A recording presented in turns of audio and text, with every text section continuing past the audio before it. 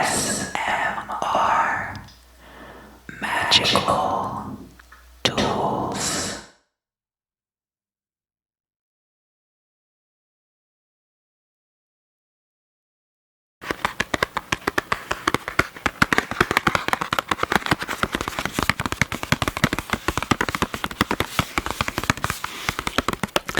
Alright, I know what I said a few weeks ago about not eating snacks in the videos anymore, but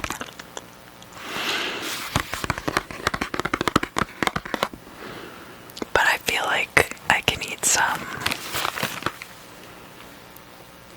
Sour Patch watermelon. It's literally like the best snack.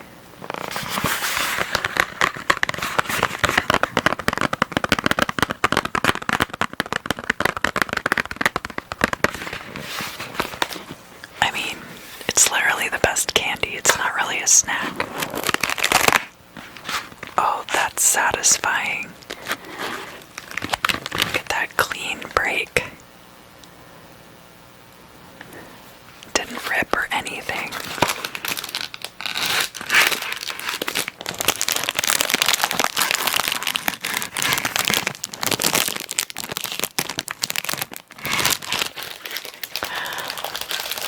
My spouse maintains that there's two different kinds of Sour Patch watermelons, and that one kind is better than the other.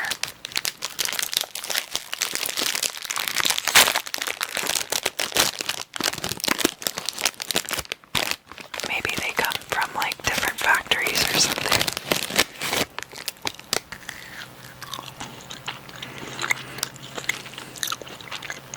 Yeah, very sour.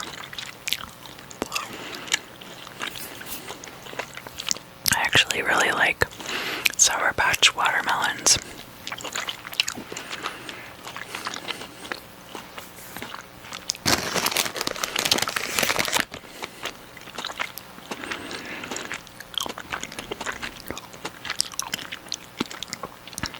And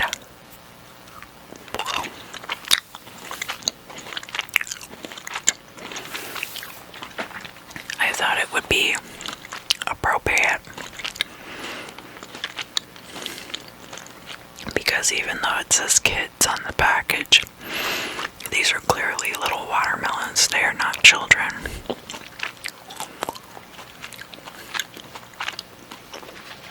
Oh.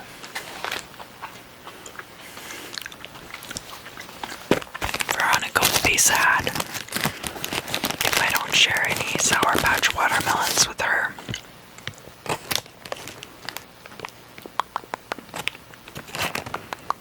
Yeah.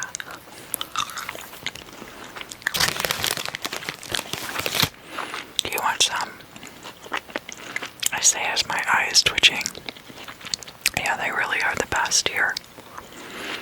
Yeah, you can have more if you want.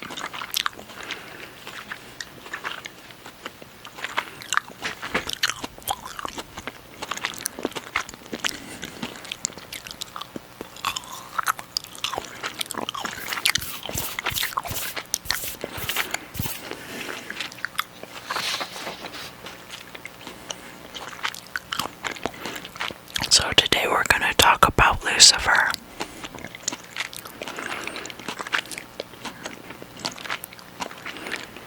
And actually, I found this story to be kind of anticlimactic, and you'll see why. Spoiler alert. So the planet Venus, which is also sometimes known as the North Star, holds much equivalency to the fallen angel Lucifer.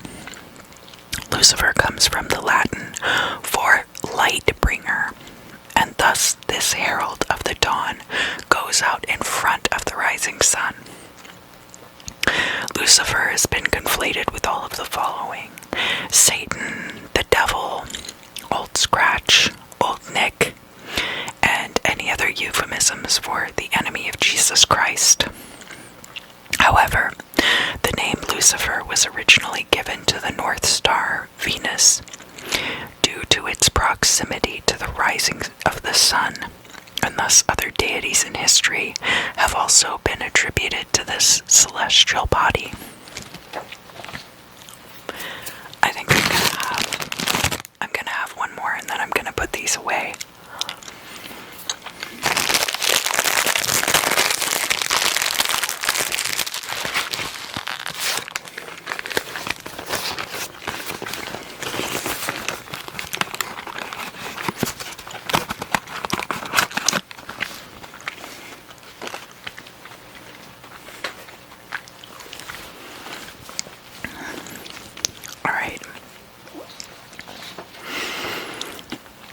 So, though the planet Venus is clearly associated with the eponymous goddess, the names Phosphorus, Eosphorus, or Hesperus, and in Latin Lucifer, were given to the presumed star, as it was personified by a youthful and masculine torchbearer. This entity was said to be the offspring of the dawn goddess Aurora and an Aeolian hero named Cephalus. His beauty was compared to Venus herself, and thus the celestial body has come to represent these traits of physical attraction.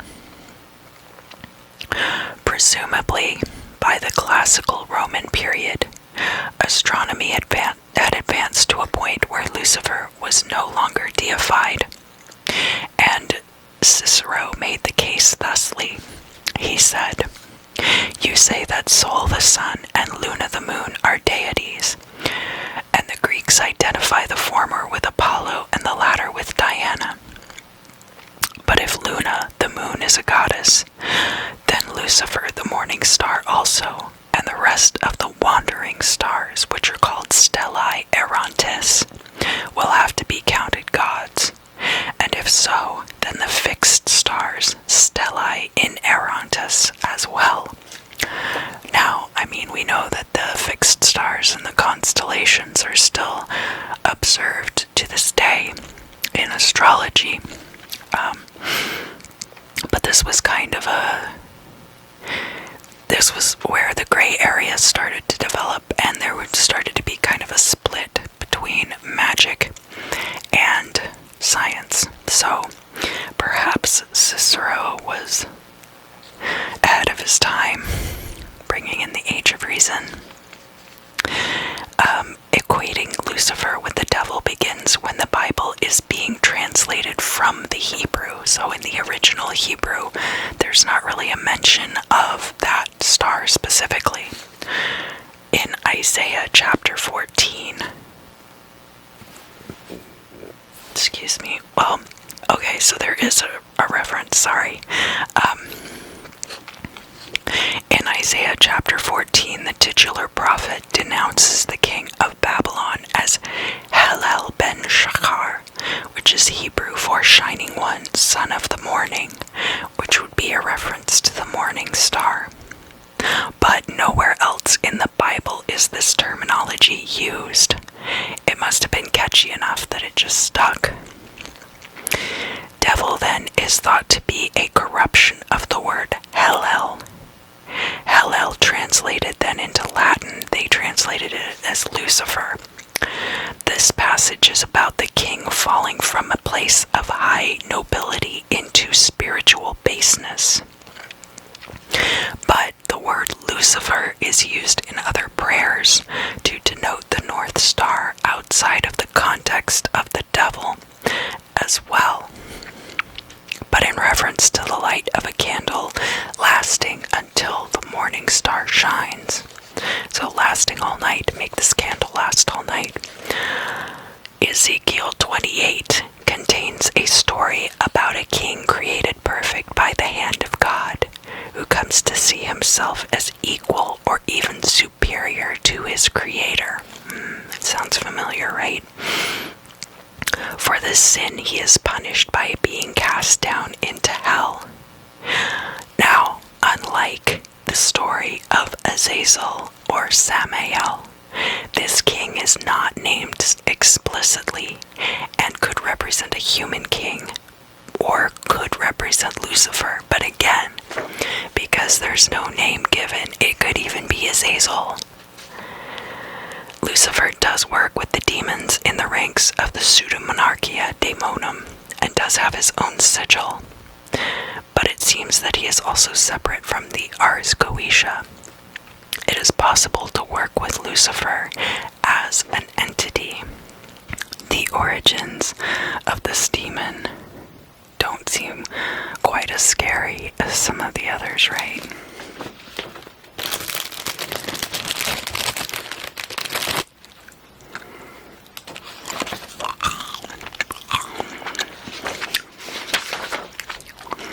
He often appears very attractive, and his origin story doesn't have anything really unsavory in it either. Why is he so unequivocally vilified?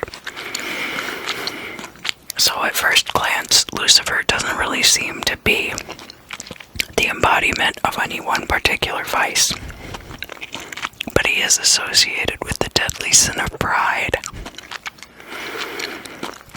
Even his origins in Greek and Roman mythology depict him as possessing physical attractiveness comparable to the goddess of beauty herself, right?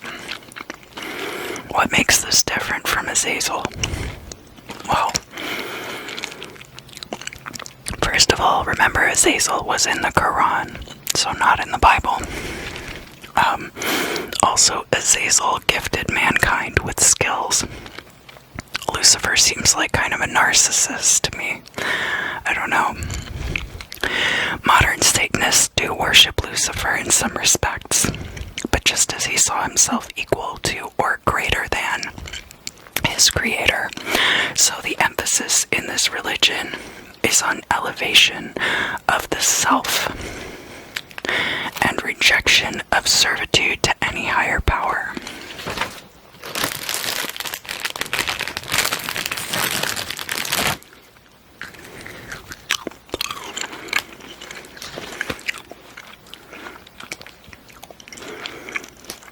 What makes these demons that embody the 7 deadly sins more compelling in some ways is that the reasons now have been diluted and forgotten as to why things like greed and pride are so terrible.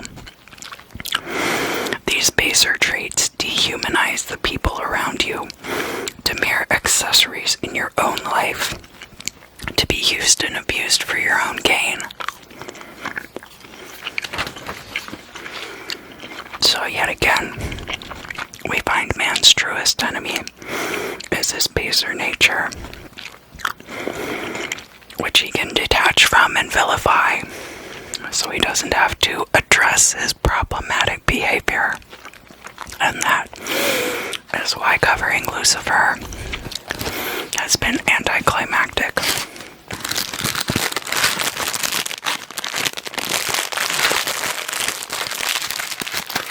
Yeah, you can have some more of these if you want, but I've had plenty. I can't eat anymore, or I won't be able to sleep tonight. And it'll junk me up. Junk me up before you go. That's not how that song goes. It is now. Anyway, I would love to hear you guys' thoughts about Lucifer down in the comments. Honestly, this is one demon that I wouldn't mind revisiting at some point in the future, but I'd like to get some feedback too.